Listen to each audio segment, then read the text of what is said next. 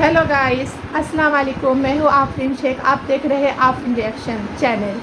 आज हम एक मूवी हम दो हमारे 12 की क्लिप पे एक रिएक्शन देने वाले हैं। चलिए देखते हैं। और उसके साथ साथ हम डॉक्टर जाकिर नायक का भी इसके साथ एक बयान शेयर करेंगे आपके साथ। उसकी भी हम क्लिप देखते हैं। चलिए हम स्टार्ट करते हैं।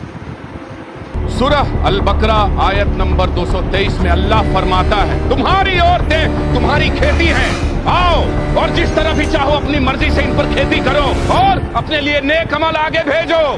आइए, आज हमारी तबीयत ठीक नहीं है थोड़ी। हमारी तो 2 दिन पहले खत्म हो चुकी है। औरत अगर हमल की हालत में भी हो और शौहर उसे अपने पास बुलाए तो औरत को न कहने की इजाजत नहीं है।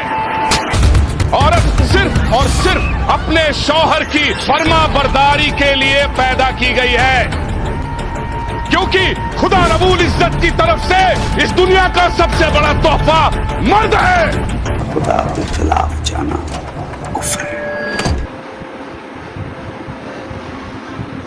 चलिए अब हम इसके आगे का डॉक्टर जाकिर नायक का बयान सुनते हैं। उन्होंने इस आयत सूरह बकरा की आयत 223 में क्या बयान किया है। Can you please explain me these lines? Your women are your till to cultivate.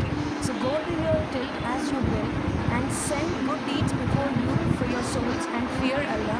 Know that you will one day meet Him. Can you please explain me this?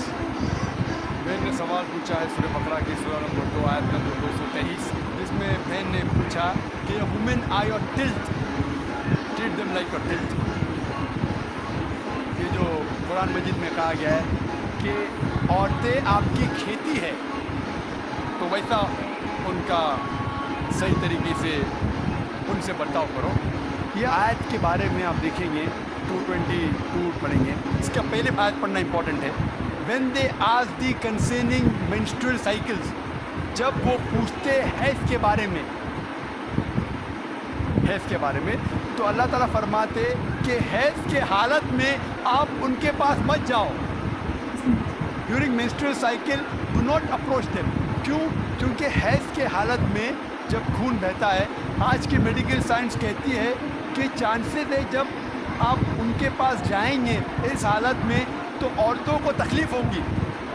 उसके अलावा बीमारी फैलने के हाई चांसेस है खून के ज़रिए, इसीलिए उनके पास मत जाइए, वरना औरतें आपकी खेती है, आप जब चाहे जा सकते हैं, मतलब वो आपकी है, आपके लिए। और कुरान में आप पढ़ेंगे उसके पहले सूरह बकरा में सूरह नंबर 2 आयत नंबर 187 में कहा गया है, हुन्ना लिबासुल लकुम व अंतुम लिबासुल लहुन्ना। आप उनके लिबास है, वो आपकी लिबास है। मतलब आपकी बीवियाँ आपके लिबास है और आप अपनी बीवियों के लिबास है। लिबास का मतलब गारमेंट्स।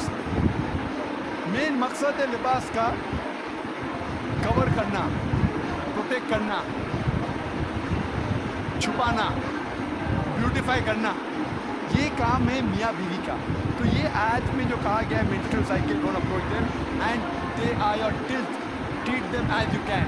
और इसके और कई मानी हैं जो medically we can prove. A land जब हल चलाते हैं तो हल चलाने के लिए आपको पता है कि बैल के पीछे एक सख्त चीज़ होती है, लकड़ी। उस तरीके से आप there are various different meaning that be careful. जो ज़मीन रहती है it is very soft, the soil is soft.